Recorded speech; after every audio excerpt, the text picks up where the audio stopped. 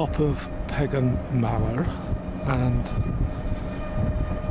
Graham's at the optics and John's gone over towards the trig. They've taken a measurement to the very highest point and John's got the staff against the flush bracket, which is on the far side of the trig as we look. So I'll leave Graham just for now and potter off down towards John. This is rather unexpected. I didn't realise John and Graham were going to do this today. And what they're doing is the flush bracket will be known very accurately, and they're just measuring the vertical height difference between the top of the flush bracket, whose height will be on the web, and the very highest point next to the ancient tumulus. So it's a flush bracket, yeah. I'm trying to do it both times. Yeah, no, I thought when I was trying to do it by 22 millimetres, sorry. Right then, yeah.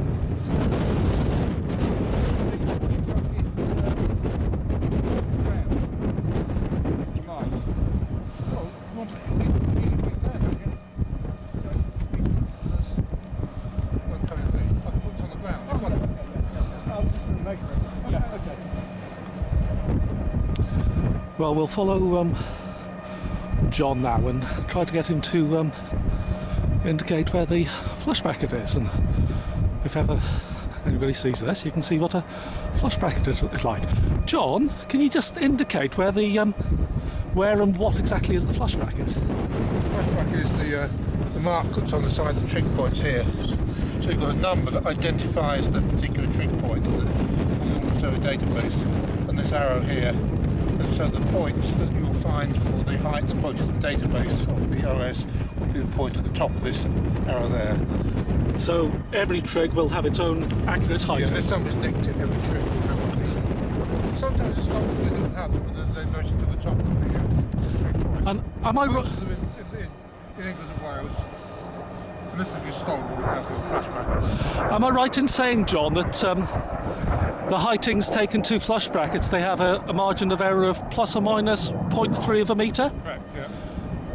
That's correct. That's a standard error. Yeah. 0.3 metres.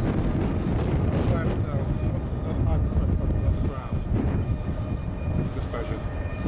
Normally they come about 20 centimetres or so, 30 centimetres above the base of the trig. Yeah. So there's Graham, that's on top of the highest point of the hill, isn't it, which is the ancient That's something like tumulus. 2.5 metres higher. Yeah. Than the trig point here. Have you finished here now? Yes. Is it possible just to show the very highest point?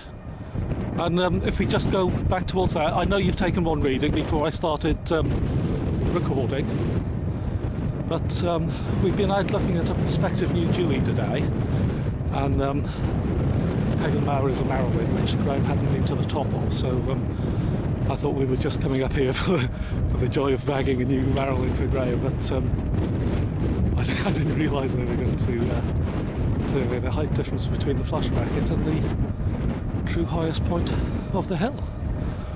And here's the ancient tumulus. As you can see, it rises up quite a bit. It's got a lovely cairned summit with an old may even be an old telegraph pole actually by the look of it, but it's a good 10 foot high, that pole. So the very highest point is here, isn't it? Yeah. And I see you've got all your handheld GPS units there. Take a few readings there. Take some readings. And again, before I started recording, you'd got the staff on the highest point, hadn't you, John? And Graham took Yeah, we did that reading first. a reading with the level. So it isn't just what we've done with the previous hill, which is looking for vertical height gain between bulk and summit, and also obviously the hills looking for absolute height. It's also things like this, isn't it? It is, yes. Yeah. Well, it's fairly obvious this point is the highest point, but it's just nice to know what the absolute amplitude of this point is. Yeah.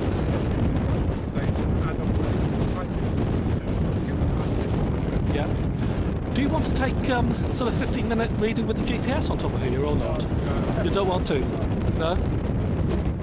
Because we've taken, was it 40 minutes from the summit and also 40 minutes from the bulk, haven't we? And it took about an hour work with the staff at level to work out the highest point of the summit, and also probably a good half an hour in the bulk as well. And there's some good intermittent snow flurries coming over, and it is really, really chilly up here. I think Graham estimated how cold it is with the wind chill factor at about -5. It's not far off there. I've got my body warmer on today, which I don't usually wear in there. So, both heating a little bit up there.